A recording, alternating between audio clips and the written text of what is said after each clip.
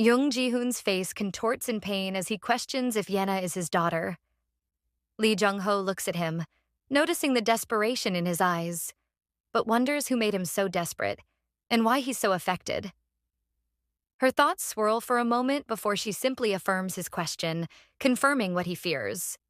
7 years ago, Lee Jung-ho is a 22-year-old university student still in her third year. She finds out that she is pregnant. The news overwhelms her, and she feels a surge of misery. She can't remember much about the previous day, especially the drinking session she had. As she tries to piece together the fragmented memories, she grows more anxious. She wonders what she should say to Jung Ji-hoon. Would he take her to the hospital, or would he get angry? The fear overwhelms her.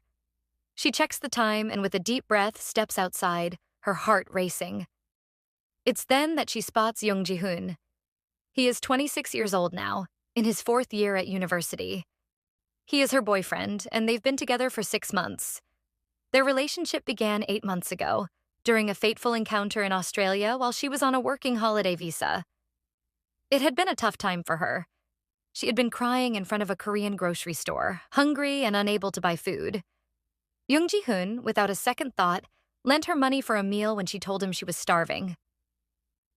That simple act of kindness is what started everything. Since then, he has been nothing short of perfect. Caring, kind, and reliable, and he continues to show her those qualities even now. Seeing her, Jung Ji-hoon immediately offers his coat to Lee Jung-ho. He notices she looks unwell, and when she mentions she won't eat, he reaches out to feel her temperature. Concerned, he decides to take her back to her place. As they walk, Lee Jung-ho wants him to accompany her inside, but Jung Ji-hoon declines. Just then, her neighbor, Sunbae, greets her, casually remarking on how she hasn't contacted him in a month, while his hand brushes her hair lightly. Surprised by his touch, Lee Jung-ho responds that she has been busy, and Sunbae, with a slight grin, teases her about whether her busyness involved going on dates. He tells her to enjoy her date and walks away. Jung Ji-hoon watches the interaction closely and asks about Sunbae. Lee Jung-ho explains that he's from the same department as her.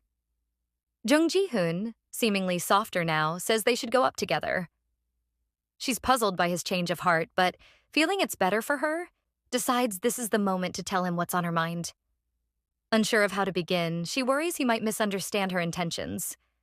As they enter her home, Jung Ji-hoon hugs her from behind, his voice soft as he says sweet words to her. He notes that it's cold and promises to warm her up. In that intimate moment, they share a kiss. Still hesitant, Lee Jung-ho pulls back slightly and asks him to wait. She then finally reveals that she has something important to tell him.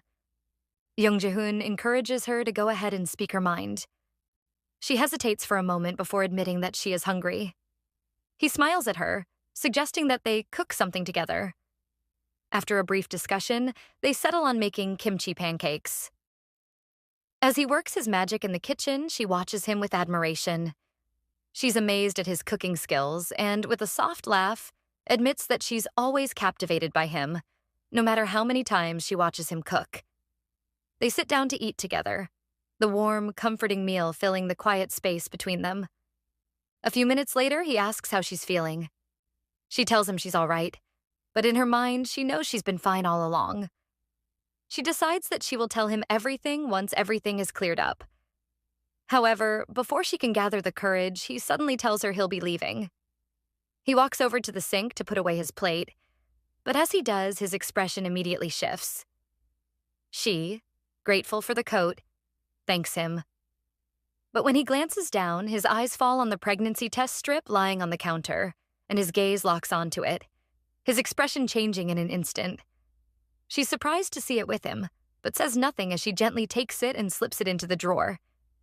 He reassures her not to worry about it and suggests they both calm down first. With that, he picks up his coat and says he'll call her later so they can talk properly. Later that evening, the phone rings and she answers. He apologizes and asks if she was asleep. She says she wasn't. Then he asks if she left a tangerine in his coat pocket. She tells him to eat it, and he thanks her. After a brief pause, he suggests they go to the hospital together. She'll need to get the maternity notebook. His words stir something in her, and her emotions rise. She admits she thought he would hate this, but he gently questions why he would. Then he apologizes again. Unbeknownst to her, he's holding an engagement ring. He had intended to propose. She lays back on the bed, content and smiling, while on the other end he softly says her name. He wants to tell her he loves her, but holds back. Instead, he wishes her a good night. He resolves to propose the next day. It may seem sudden, but he wants the moment to be beautiful. He admits to himself that it all began with a mistake, but now that they've reached this point, he wants to marry her as soon as possible. He makes a quiet vow not to ruin her dreams, to become a better person for her. He loves her. The next morning, while drying his hair, he glances through her messages. As he dresses, he decides to leave by 2 p.m., planning to stop by the florist beforehand. While on a call with his mother, he admits he's been a bit busy. She scolds him for showing up the previous day without a word and complains that he's always working. Then she shares that she had returned home, played a few rounds of Go with his father, and had dinner. He listens, then asks if everything is okay. She says it is, but casually mentions that someone threw an egg at his brother's car a few days ago. There are strange people in the world, she adds, so he should be careful. He promises not to worry her and says he'll come by to pick up the car soon. Before ending the call, he tells her he has someone he wants to introduce. As he steps out, thoughts of Jung-ho fill his mind. He wonders how beautiful their child would be if they resemble her. He imagines them all together, walking, laughing, playing, building a life. He checks his wristwatch. He's not late. But as he walks, a car suddenly speeds toward him, headlights flashing directly into his eyes. He raises a hand to shield himself from the blinding light. The impact is swift. The car strikes him and he collapses to the ground. A man approaches and asks if he has ever heard a certain name. The words don't register. The man gets back into the car and drives off. Lying there, his thoughts drift to Jung-ho. He wants to go to her. He wonders if she will cry, if she'll cry a lot. He had wanted to treat her well, to live a long, happy life with her. Now, he worries. Will she give up their child because of him? It will be hard to raise the baby alone. He confesses in his heart that he loves her. A wave of regret watches over him, because he never got the chance to say it. 3 days later, Jung Ji-hoon lies in surgery, his life hanging in the balance. His mother sobs softly, calling his name, her voice trembling with fear and sorrow. Moments later, 2 officers from the Yongsan police walk in. After confirming that she is the victim's mother, they deliver the news. The building's CCTV had malfunctioned, and there were no clues left behind. However, they were able to retrieve the criminal's car license plate from a vehicle's black box. The hit-and-run accident was recorded, and with that, they had secured the suspect's identity. They inform her that the suspect's name is Kim Jin-gu, and then ask if she might know him. Before she can respond, a girl interrupts the conversation. She asks if they are detectives and then reveals that she is a witness to the hit-and-run case. She explains that she's moving into the office tel today and that she was in the parking lot when the incident occurred. Afterward, she walks up to Jung Ji-hoon's mother, introduces herself as Eunbi, Ji-hoon's friend, and Eun-yup's sister. She mentions that she studied abroad in the US, then transferred to Ji-hoon's university, and has just returned today. His mother gets to know her better, and they share a warm hug. Eunbi suggests that she should return home, promising to come back and wait at the hospital to update her once the surgery is finished. Later, Eunbi describes the criminal to the officers, and 2 police officers bring in a man. She affirms that he is the criminal, but the man denies it. An officer informs Ji-hoon's mother that the man has been caught. He hands her some of her son's devices, and she takes them. Sitting beside her son in the hospital bed, Jung Ji-hoon's mother gently takes his thumb and uses it to unlock his phone. As she scrolls through his messages, she comes across a text from Jung-ho, expressing concern about not being able to reach Ji-hoon. Her response, typed out in a moment of tension, tells Jung-ho not to contact him anymore. A sense of unease washes over her as she reads it again. She thinks about it for a while in her room, still unsettled by the message, especially after 3 days. She wonders if it was actually Ji-hoon who replied to Jung-ho's message. Something feels off, though. Jung Ji-hoon isn't the type to react like that. Back at home, Ji-hoon's mother recalls his words about having someone he wanted to introduce to her. As she stares at a photo of her son and Jung-ho together, a realization dawns on her. The girl in the photo is not from a normal family. She is the daughter of a single mother. She squeezes the photo tightly and walks towards the door, hearing a knock. She opens it, and Jung-ho stands there, asking if this is Ji-hoon's house. She confirms that she is his mother and invites her inside. As she enters, Ji-hoon's mother reflects that it's obvious the girl grew up without a father. She takes off her shoes, a sign of respect she likely learned from her mother. Jung-ho greets her politely, but Ji-hoon's mother questions why she was trying to open the door's lock. The girl responds that her son had told her the password before, but the woman informs her that the password has been changed. She then complains about her persistence in trying to open the door, despite it not working. She apologizes, but then asks if something has happened to Ji-hoon. Ji-hoon's mother coldly asks how much she has bothered her son. She tells the girl not to contact him again if she understands. She pleads, asking if she could call him just one more time. But his mother sharply asks why she's calling her mother and tells her to leave while she is still being nice. She adds that she should never bother her son again. It's been 2 weeks since Jung Ji-hoon was admitted to the hospital, and his mother is growing more and more anxious. She wonders why her son hasn't woken up yet, especially since the surgery went well. As she sits by his bedside, Yoonbi walks in, and Ji-hoon's mother acknowledges her presence. She suggests that she take a rest to avoid exhaustion and recommends getting some nutrients injected. However, his mother insists that she is truly fine. Yoonbi smiles softly, telling her that she believes her son will wake up today, and when he does, he will search for her. She encourages his mother to meet him with a bright face. His mother, observing how sharp she is, realizes that the girl must have come from a well-educated family. She thinks her son should meet someone like her. She thanks her for all the care, saying that she will be in her hands, and she wishes her a safe trip home. Later, alone in the room, Yoonbi stares at Ji-hoon's handsome face, deep in thought. She wonders how he could be so handsome and even contemplates kissing him, knowing he won't be aware of it. Just as she's lost in her thoughts, the door opens and Park Sung-gyu walks in. She's startled, and goosebumps rise on her skin.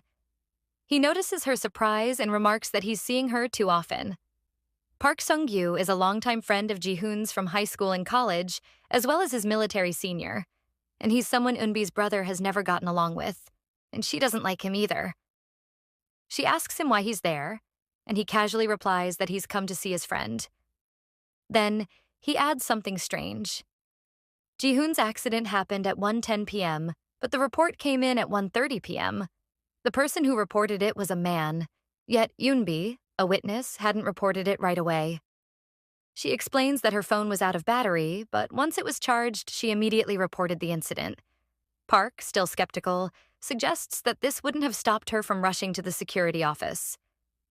At that moment, Ji-hoon stirs, and she immediately calls out to him, noticing that he's awake. As he removes the device from his face, Park asks if he can see and recognize him. Ji-hoon, still confused, asks who he is.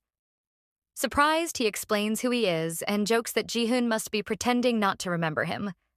But Ji-hoon, looking bewildered, asks if Park went to the military. Shortly after, Ji-hoon's mother rushes into the room. She immediately questions if her son is okay and whether he can talk. Standing by the door, she recalls the doctor's words. The doctor had told her that it seemed her son had lost all his memories from the past 3 years and that his recovery should be the top priority. The doctor had also advised her to avoid stressing him out as much as possible. Ji-hoon's mother turns to Yoonbi, informing her of everything the doctor had said. She expresses her fear that her son may never regain his memories.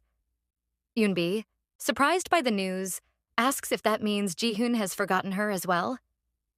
She adds that he had been kind and sweet to her, even suggesting they make their relationship official once they return to Korea. But now it seems like he won't even remember that. Jihoon's mother reassures her, telling her that the two of them can always start over again. When Jihoon wakes up, his mother asks if he has seen Eunbi. She explains that she came to visit him every day while he was unconscious. Jihoon, confused, asks if she's Yoonyap's sister, and she affirms. His mother then repeats what the girl had said earlier, but Jihoon bluntly states that she isn't his type. She suggests that it might just have been small talk, then adds that she is a very kind and nice girl. Shortly afterward, Jihoon grabs his head in discomfort. His mother asks what's wrong, and he tells her he's fine, but he just feels like he's forgotten something very important to him. Meanwhile, outside, Young-ho watches a pregnant woman and her husband. She stares at them for a while, and then sadly walks home. Once home, she receives a call from Jihoon. His voice on the other end reassures her that it is truly him. He then questions why she didn't contact him sooner. After some back and forth, he warns her not to worry, but then tells her not to reach out to him again, or there will be consequences before abruptly ending the call. She's left in disbelief, thinking this can't be real. It must be a joke. She tries calling back, but the number is no longer reachable. As time passes, Lee Jung-ho finds herself reflecting deeply. She notes that it's now their child's first birthday, and she feels a sense of pride as she watches her daughter grow. The little one has started calling her Mama, and every so often, she even says Dada, though she is unsure where her daughter learned those words. Her daughter has already learned how to run and is now attending daycare. The following year, she starts first grade, and Young-ho is filled with pride as she watches her grow and thrive. She is a beautiful child, not just in appearance, but with a lovely personality and many friends. Bright, energetic, and full of potential, Yena doesn't seem to lack anything, even though she doesn't have a father in her life. Young-ho has long since stopped waiting for Jihoon to reach out to her, and she has come to accept that reality. One day, while walking with her daughter, Yena points to a toy machine and asks why it's there. Her mom knows her well enough by now to realize that she isn't asking out of curiosity, but because she wants a toy from it. Yena admits it, her eyes shining with hope, and with a soft smile, her mom gives her the coins she needs to get a toy. The small gesture feels comforting. A mother's love wrapped up in something as simple as coins for a toy. Now, at 29 years old, Lee Jung-ho no longer waits for Yoon Ji-hoon to contact her. The thoughts drift through her mind, and she realizes something that had always been there but that she had never fully acknowledged. Ji-hoon had never once told her that he loved her. She reflects on that fact and wonders if it ever truly mattered. As she continues to ponder, she concludes that she is all right with it now, because she has Yena, her daughter, with her. She doesn't need anything else. Afterwards, both Lee Jung-ho and her daughter Yena head to see her mother, who warmly serves them a meal. As they sit together at the table, Yena, eager to play with her toy, asks her mom if she can. However, her mom gently tells her to focus on her food. Grandma, noticing the toy in her hands, offers to feed her, but her mom insists that she should eat on her own. The conversation continues as they finish eating, and afterward, Young-ho tells her mom that it's time to go inside quickly because she needs to get ready for work the next day. Her mom, puzzled, asks her why she needs to get ready, and she explains that it's her first day at a new job after switching companies. Her mom, trying to ease her nerves, suggests that she should just lighten up and go get some rest, which Young-ho takes to heart. The next morning, Young-ho heads out of the house, reminding her mother to take care. As she's on her way, she calls her senior on the phone, letting them know she's on her way. Her senior informs her that they're heading to Gangnam. Young-ho is a little surprised, asking if they're not going to Ivory Planning, and she is informed that the company has been sold to Max Planning. She's told that the official announcement was made yesterday, and her senior asks if she didn't see the article about it. Young-ho, silent, says nothing in response. She reflects on how quickly everything had happened and the fact that she was immediately transferred to Max Planning without even needing to rewrite her employment contract. It all feels a little confusing to her, but she reassures herself that she'll get used to it soon enough. She admits that it's much better for her as an assistant, and since she was likely going to be moving to this company sooner or later, there's really no need to be scared. She takes a deep breath, preparing herself for what lies ahead. Lee Jung-ho arrives at Max Planning and stands before the notice screen, contemplating her new job. Originally, she was supposed to work at Ivory Planning, but now here she is. She considers it a good thing, especially since it's a larger company and closer to home. Just as she's lost in her thoughts, a voice calls out to her. She turns to see a man who greets her warmly and introduces himself as Park Sung-gyu from the Human Resources Department. She returns his greeting, and he leads her to meet the boss, Seong Miran, the leader of the production team too. Miran introduces herself with a firm handshake and expresses her excitement about working with Lee Young-ho. She thinks that the woman seems nice, but Miran takes a closer look and notes that she must be confused. She admits she is, a little. Miran explains that there wasn't a copywriter on the team, which is why she requested additional manpower. After this, she introduces her to the team. Song Ki-hoon, the graphic designer, says hello to her, and director Park Young-kwang welcomes her as well. Then there's Go Yoon-ju, another graphic designer, who seems a bit uncomfortable but still says it's nice to meet her. Jung-ho responds with a polite, "I look forward to working with all of you." Miran then shows Jung-ho to her cubicle and adds that Song Ki-hoon will give her a tour of the company. As they walk, Jung-ho whispers to him, asking what's going on because the atmosphere seems tense. Ki-hoon responds quietly, saying that it's probably because director Young Ji-hoon is nearby, and asks if she hasn't seen him yet. Miran continues talking to Jung-ho, telling her that director Ji-hoon is even scarier than the CEO. She explains that it's only been a week since he joined, and he's the son of the group's chairman. As Jung-ho glances toward the direction Miran is looking, she notices him immediately. Her heart skips a beat as she stares at him, realizing that he must be from another world. She takes a closer look, and her eyes widen in shock. She recognizes him instantly. It's him, the person she could never mistake for anyone else. It's Young Ji-hoon, the father of her daughter. Her body shivers as he begins walking toward her, his presence commanding and intense. Without a word, he grabs her arm and stares into her eyes.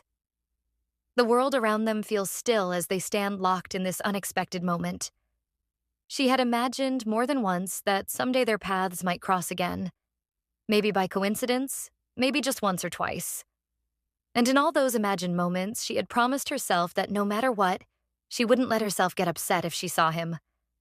But standing here now, facing him, she realizes that it's much harder than she thought. Her emotions tremble within her, yet she keeps her composure. They both stand frozen, silently staring into each other's eyes.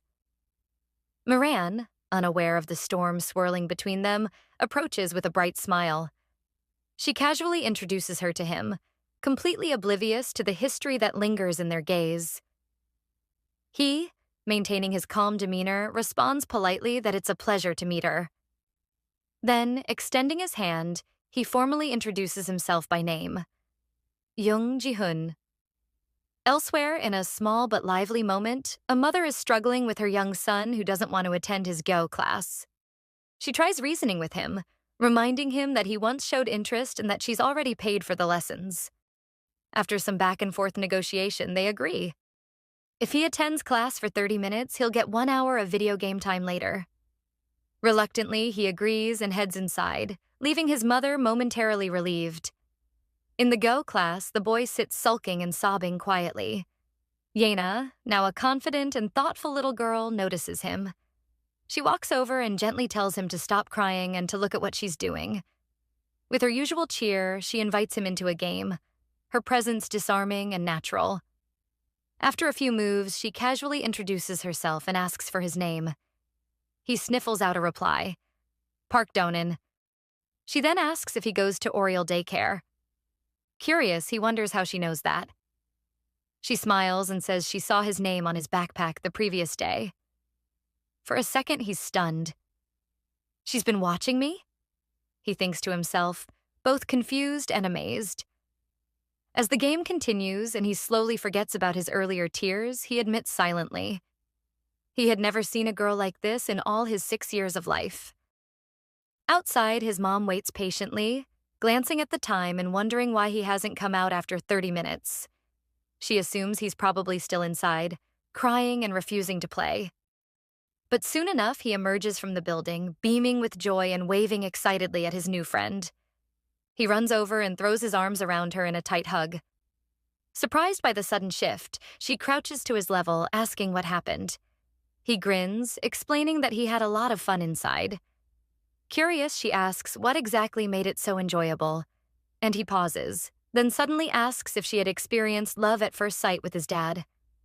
Amused, she questions if he even understands what that means, but he simply recalls the face of the girl he just met, Yena, and says that he experienced it today. With a solemn nod, he promises that from now on, he'll try his best in Go classes. Back at the office, Director Ji-hoon sits in his chair, visibly unsettled. For some reason, the new copywriter lingers in his thoughts. He tries to brush it off, but her face keeps returning to his mind, and he can't help but feel a strange unease whenever he thinks about her. He doesn't even know her name, yet she stirs something peculiar in him, something he finds rather uncomfortable. Miran soon walks in and hands him a list of PT applicants. He flips through it, then casually asks if the new hire underwent a physical examination before joining. She assures him that it's a standard requirement, so she must have. He frowns slightly, commenting that she looked like she was about to faint earlier, which makes him suspect she might be dealing with some health issue.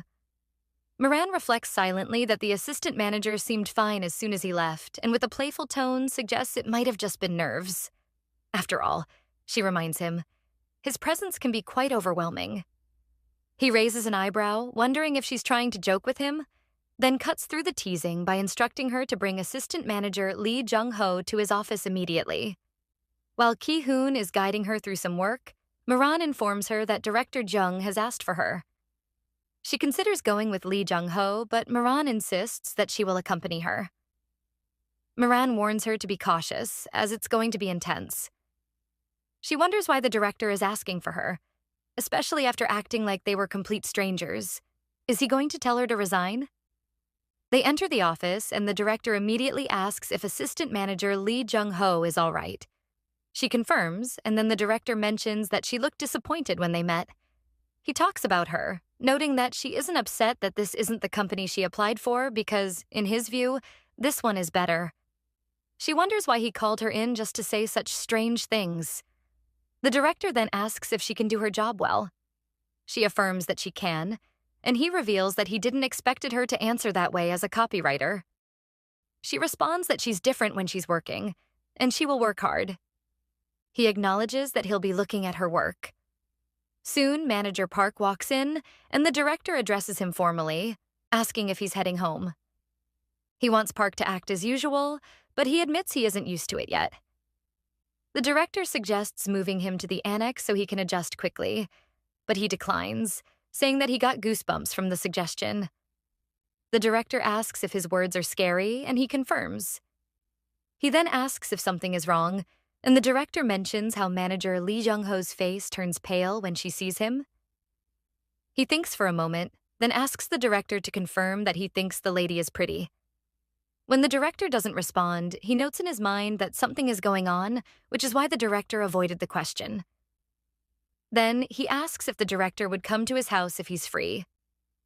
The director questions why he would go there, and he explains that his mother, who is like a god to him, told him to invite him sometime. He adds that his mother wants to show him an ideal family to encourage him to get married soon.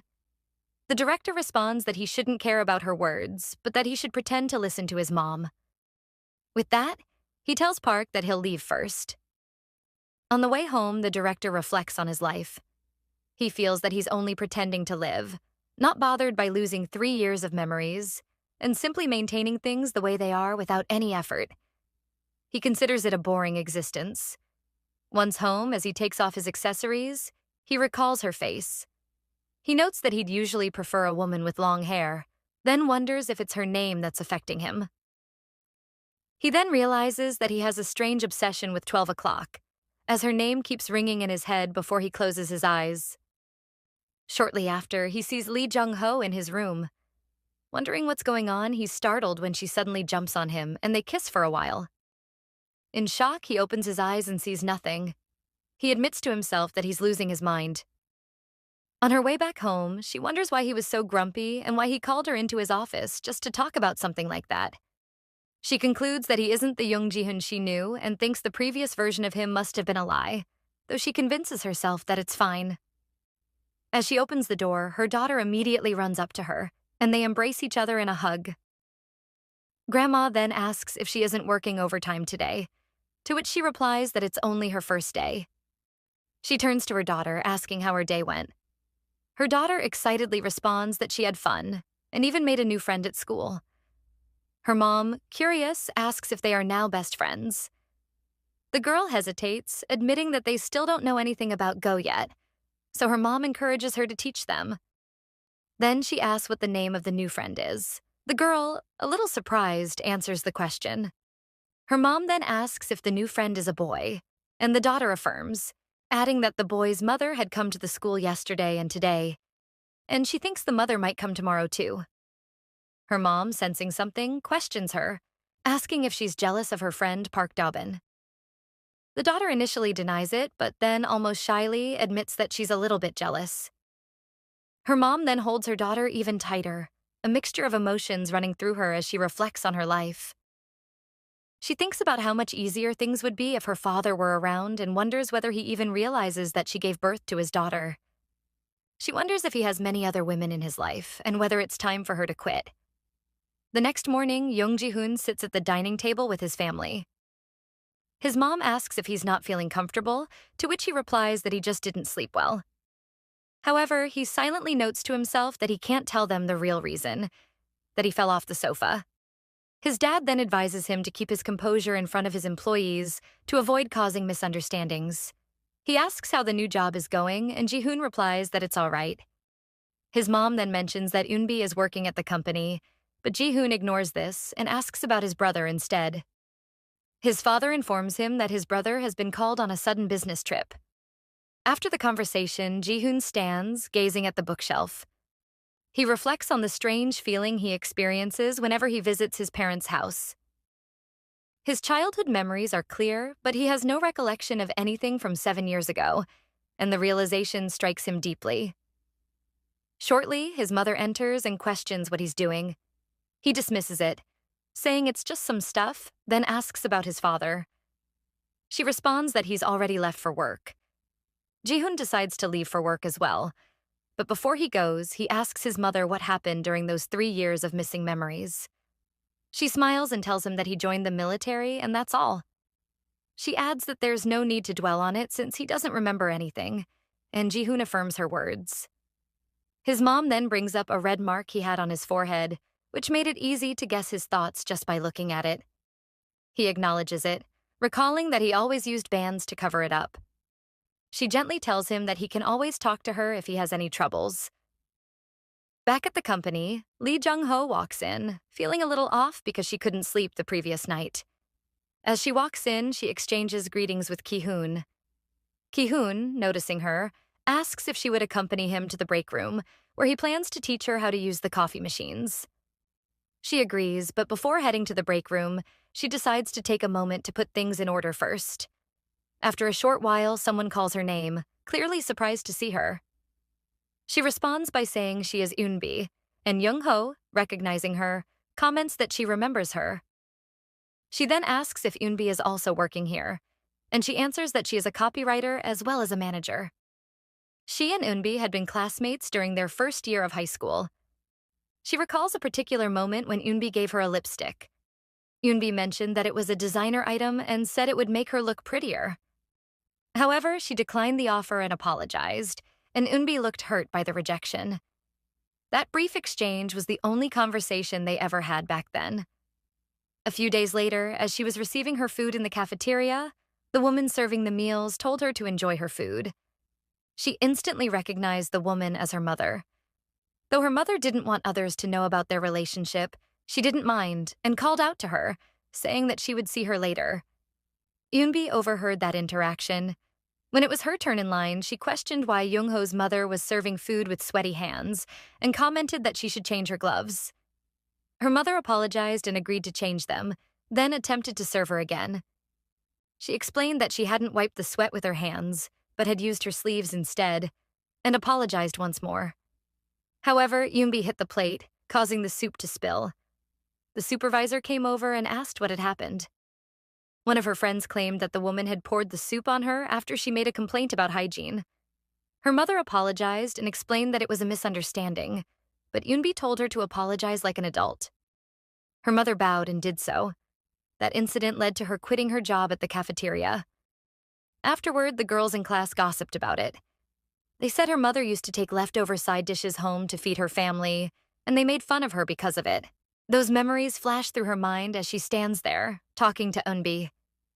Still uncertain, she asks to confirm if Eunbi is really the manager. She affirms it and tells her to use the proper honorifics while at the company, then walks away without another word. Now seated at her desk, she feels anxious, knowing that both Jung Ji-hoon and Eunbi are in the company. The thought weighs on her, and she concludes that this is yet another reason for her to quit the job. She contemplates whether to write her resignation letter right away or hold off for a little while. Not long after, she receives a call from Park. He asks if she can come over to the human resources team for a moment. She walks in and greets him with a hello. He then informs her that there has been a change in her salary. It has been raised, and he goes on to explain the details. Surprised and taken aback, Young-ho asks if she's supposed to sign, and as she does so, she admits to herself that maybe the company isn't so bad after all. Afterward, she's handed a personal information form to fill out. While going through it, she finds it rather cool that the form doesn't include any section for family relationship details. She's especially relieved because she doesn't want Jung Ji-hoon to find out about her daughter. Walking out of the office, she reflects that this company isn't a bad place to begin her career. The location is convenient, and overall, things seem manageable, so she decides to stay for a few years, at least as long as she can avoid the two people she already knows. Just then, she spots the director standing outside with a woman and some children. Instinctively, she runs to hide. While doing so, she remembers the announcement made the previous day, that children from OO Nursery's daycare center would be visiting for an experiential program event, and employees were encouraged to be kind and accommodating to them. The woman expresses her gratitude to the director for the invitation, and he responds by saying he hopes it will be a meaningful and beneficial time for them. As a token of appreciation, the woman hands him a package containing cookies. She explains that the children spent time making the cookies themselves alongside a pastry chef. The director accepts the package and thanks her. The children then cheerfully say goodbye to him before heading upstairs with the woman. Once they are gone, the director, holding the package, looks at it briefly and then moves as if to throw it away. However, just before he can, Young-ho runs up to him and grabs his hand. She's stunned. She can't believe that her child's father is someone capable of doing something like this.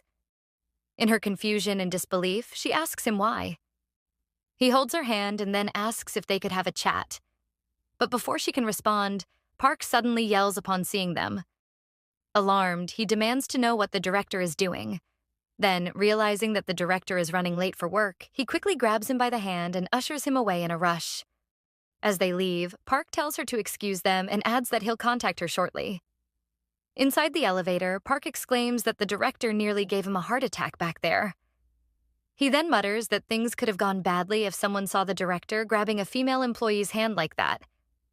He refers to her as that woman, but Park quickly corrects him, telling him to address her formally. Walking back to her office, she feels a rush of bitterness. She tells herself that everything Jung Ji-hoon had shown her back then was nothing but a lie. The more she thinks about it, the more it stings. Her phone rings. It's Park calling. He apologizes on behalf of the director for what happened earlier. She responds that it's fine, but deep down, she's disappointed that the apology didn't come directly from Jung Ji-hoon. Park then shares that he's a friend of director Jung Ji-hoon. They were classmates back in high school, and he was also his senior in the military. However, Ji-hoon doesn't seem to remember. Park goes on to say that since he's a friend, he can offer him some advice, so he'll try to make him apologize properly. But she declines the offer, saying there's no need for that.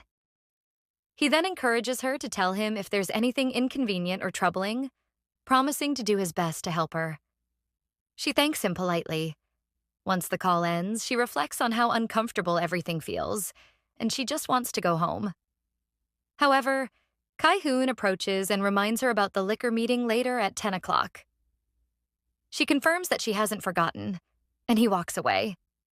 As she sits there, she recalls that the meeting was said to be a collaboration with Yoonbi's team. During the meeting, the discussion centers around the product, which turns out to be a beer. Miran introduces Lee Jung-ho to the group.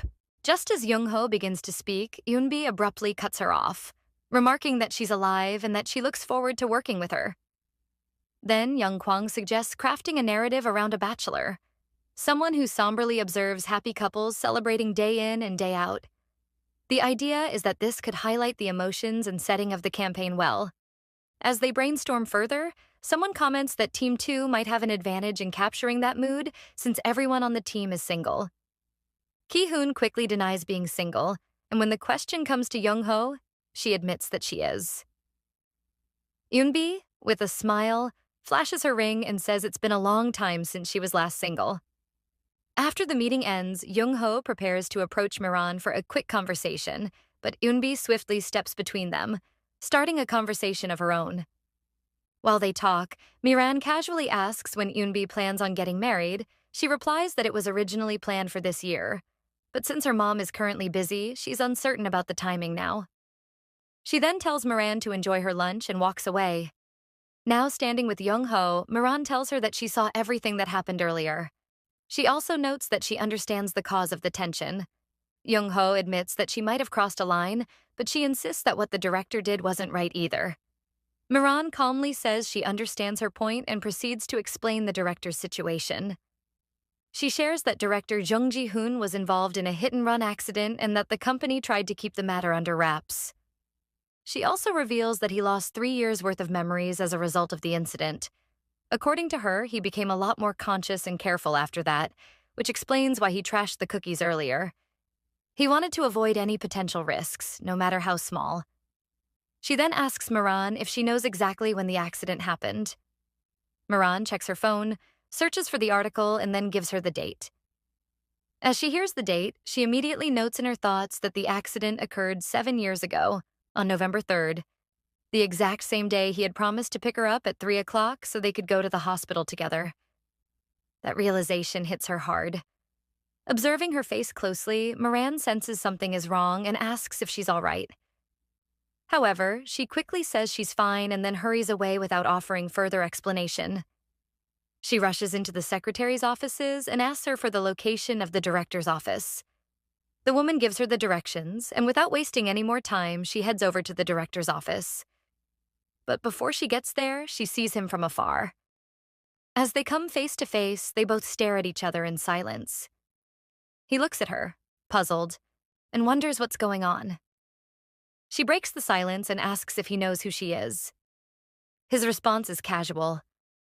He says she's an employee. Her expression shifts, and she asks again, more directly, if he really doesn't remember her at all. Before he can respond, Yoonbi appears suddenly and cuts in. She wraps her hand around his and, calling him babe, asks what he's doing out there. Holding on to him affectionately, she looks over at Jung-ho and in a bright voice explains that she and Jung-ho are friends from high school. Then, turning to face Jung-ho directly, she tilts her head and asks if something is wrong. She tells Eunbi that it's nothing, and when Eunbi asks if she's going to get lunch, she nods and affirms that she is. Eunbi then says that when they're alone, she doesn't have to speak so formally. Then her tone shifts slightly as she asks if Jung-ho is trying to embarrass her on purpose. She immediately responds that she doesn't mean it that way, and without waiting for a reply, she turns and walks away. Once she's gone, Eunbi shifts her attention back to the director and asks what Jung-ho said to him. He doesn't respond right away, so she goes on to warn him to be careful around her. She claims that back in high school, Jung-ho used her makeup without permission and kept pretending she didn't. She adds that their friends noticed it even though she kept hiding it. But she states that Jung-ho probably fixed that bad habit by now. But even so, a little caution wouldn't hurt. He listens quietly, then says her name with a firm tone, and he warns her not to cross the line. After delivering those words, he walks away toward the bins, leaving her standing there alone. The truth is that the relationship between Eunbi and director Jung Ji-hoon is not real. They're pretending to be in a relationship to avoid dealing with troublesome matters. It all started 4 years ago when rumors began to circulate among Yoonbi's acquaintances that she was dating the director. Rather than deny them, she used the situation to her advantage and proposed an idea to him. She asked him if they could pretend to be in a relationship. She told him that he must be tired of all the women constantly chasing after him. And besides, his mother had been actively searching for a marriage candidate for him. When she presented the idea, he told her to do as she pleased, not caring much about it either way. They happened to share similar interests, which made it easy for their arrangement to function. Because of that, their relationship has gone on without issue, at least until now. Eunbi admits to herself that his name has become a source of pride for her. She's been flaunting the relationship in front of her colleagues and others in the workplace. It's something she's enjoyed on her own, even though it's one-sided. When she found out he was going to be transferred to the Max Planning Department, she was scared at first. But that fear didn't last long. Eventually, she was relieved. To her, he has always seemed indifferent. She even conducted a background check on him and found that his relationship history was unbelievably clean. The report stated that while he got along well with people, he had never been close to any woman. She wonders if he has mysophobia or some other aversion, but whatever the case, he's always been alone. That's why she believes she's the only one who can become his wife, because she's the only one who has stayed close. Meanwhile, Jung Ji-hoon silently retrieves the package he had thrown in the bin earlier. He opens it and reads the kind and warm handwritten note inside.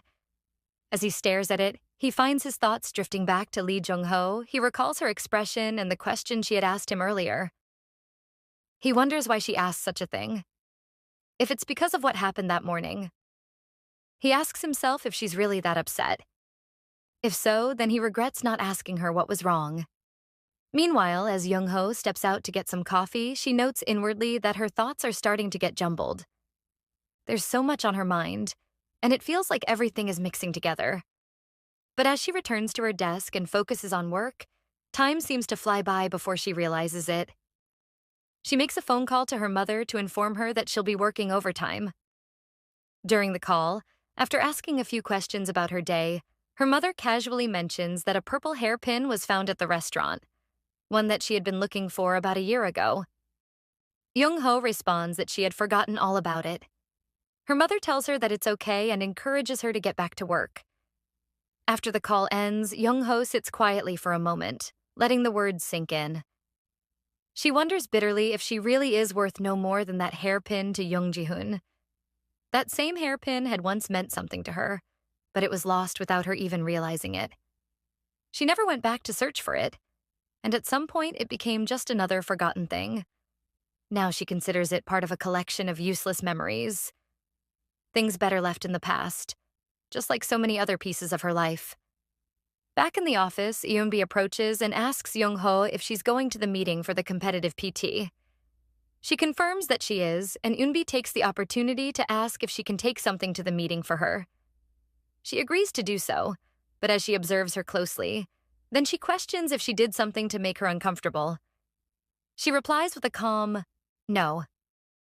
She follows up, asking if maybe she gave her too much work or acted too demanding in some way. Again, she says no. With a pointed tone, Eunbi comments that getting too upset over trivial things can end up hurting others and spoiling the atmosphere. She tells her that it's fine. She'll take it to the meeting herself. As she turns to leave, she adds that she should try to calm down a bit. Jung-ho watches her go and wonders to herself what exactly is wrong with her and why everything is so frustrating and confusing at the moment. Meanwhile, Dobin and his mom are in the middle of a struggle at home. He refuses to brush his teeth. As soon as his dad enters, Dobin runs to him, clinging to his leg and pleading for help. His mom gives him a choice: either get a spanking or brush his teeth. Dobin dramatically chooses the spanking. Just as she moves to grab him, he takes off running. Park stands nearby, gently rocking his daughter in his arms, watching the scene unfold. Then, Dobin's mom threatens to tell Yena, Dobin's friend, about his refusal to brush. At the mention of her name, Dobbin quickly changes his mind and dashes off to brush his teeth, much to his father's surprise. Curious, the dad peeks into the bathroom and confirms their son is indeed brushing. He then asks who Yena is. His wife explains that Yena is Dobbin's friend from Baduk Academy. She describes the girl as pretty, gifted, and intelligent. Even the academic director had praised her. The dad, impressed, comments that she sounds like a remarkable child, and Dobbin's mom expresses hope that she and Dobbin grow close, and his husband agrees. Young-ho arrives at the venue and meets Eunbi, who immediately comments on her expression, saying it looks like she's chewing on something. Young-ho denies it, but Eunbi insists it still looks that way and suggests she adjust her face a little, reminding her that she hasn't done anything wrong to be in a higher position. Young-ho quietly wonders if she should feel lucky in some way, but concludes that Eunbi hasn't changed at all. She's still not a good person. Soon, someone explains the new technology designed to reduce video call delays, and Miran expresses her admiration for it. The director enters the room, gestures for the discussion to continue, then takes a seat beside Eunbi, directly across from Young-ho. Watching them, Young-ho wonders if they're really that close.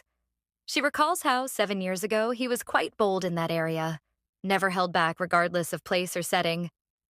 She questions whether there is a real difference between a few-month relationship and one that's lasted for years. Noticing his gaze on her again, she realizes he's been staring at her for a while. She can't understand why he's not paying attention to the meeting, why he's acting this way even with his girlfriend right there beside him. Afterward, Young-ho returns home and asks about her daughter. Grandma says the girl fell asleep while waiting for her. Dropping onto the sofa, she sighs, feeling as if she ages a year each time she goes to work. She jokes that if this continues, in 3 weeks she might catch up to her mother's age. Half serious, she wonders aloud if she should quit her job. Her mother immediately agrees and adds that she'll also quit working at the restaurant. She objects, suggesting instead that they both keep working there. Her mother points out that she can't even cook a decent meal, then asks if her job isn't good. She admits it is, but says she just wants to give it a try. Just then, her daughter walks into the room. Young-ho asks if she's awake and invites her to come sleep beside her.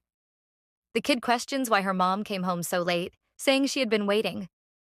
She apologizes and promises to play with her a lot on the weekend. Her daughter then mentions that Park Dobbin keeps following her around and bothering her. Her mom asks if he taught her how to play Go Stones, but the girl replies that the teachers do that. Then she pulls her into a hug, quietly wishing that she too had someone like a teacher, someone who could give her the answers whenever problems came up. The next morning, the director walks into the office, mulling over his packed schedule full of meetings and events. It feels like there's been no time to rest. His secretary greets him and, when asked, says she'll report any messages right away. Then she informs him that Lee Jung-ho came by around noon the previous day, mentioning that she seemed to be in a hurry. She asks if he spoke with her, and he instructs her to give her call. Meanwhile, at her desk, Ki-hoon points out a few mistakes in Young-ho's work. Embarrassed, she pleads with him to keep it between them and not tell anyone else. He replies that he'll think about it, and she tries to win him over by offering to buy him a meal. Just then, someone informs her that the director is calling for her. Surprised, she wonders what the reason might be.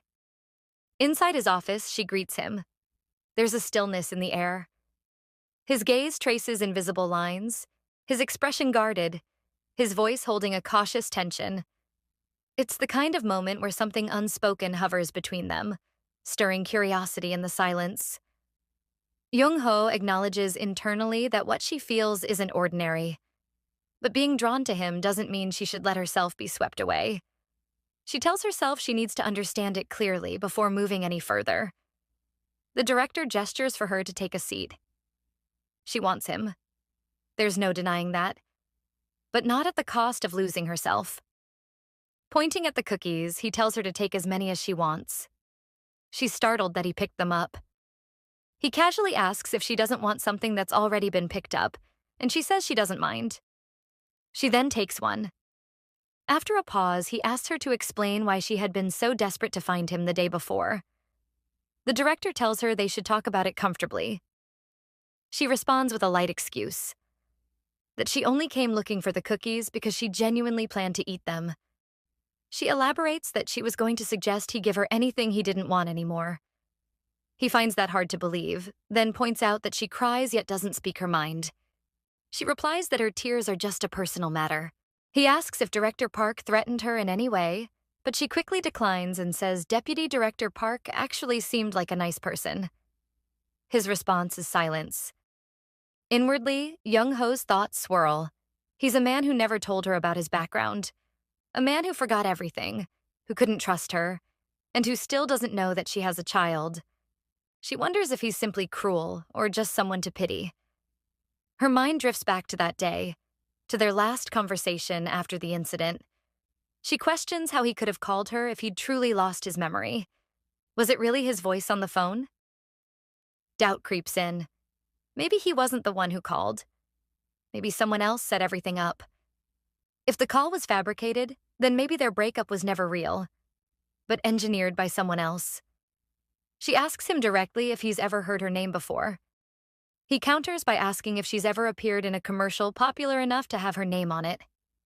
At that moment, she decides it's time. She'll reveal her identity and her daughter. Better he finds out now than after a wedding.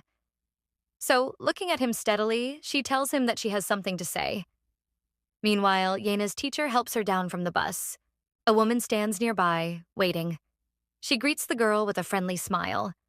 Yena immediately notices something's off. This isn't her teacher. But still, she politely waves goodbye to the one who dropped her off. The woman gently urges her to come along, saying they should get going. She asks where they're headed, and the woman replies it's the academy. But she frowns, pointing out that the academy is in the opposite direction. The woman insists she has been moved to a new academy. Unease creeps into Yena's eyes. As they walk a short distance, she abruptly pulls her hand away. With a firm voice, she announces that she'll call her mom. The woman's tone shifts. She questions why Yena isn't listening, then hastily tells her to follow quickly as she turns and walks off. But Yena stays put. Eventually, she hesitantly decides to follow, but by the time she looks around, the woman is nowhere to be found. At Prime Baduk Academy, the teacher is about to step out when Dobbin approaches her and asks if she's going to pick up Yena. She nods, and he quickly requests to go with her. They leave together. When they arrive at the usual stop, Dobbin looks around, then asks why Yena isn't coming. The teacher checks the time and notes that she should be there by now. Concerned, she pulls out her phone and calls Yena's mother to inform her that Yena hasn't arrived yet. Surprised, her mother replies that she heard her daughter had already gotten off the bus. But the teacher calmly insists she hasn't seen her. Yena's mother says she'll check again and call back. As the call ends, Dobbin turns to the teacher with wide eyes and asks quietly if Yena will come. Enjoying this recap so far? Comment Part 2 below.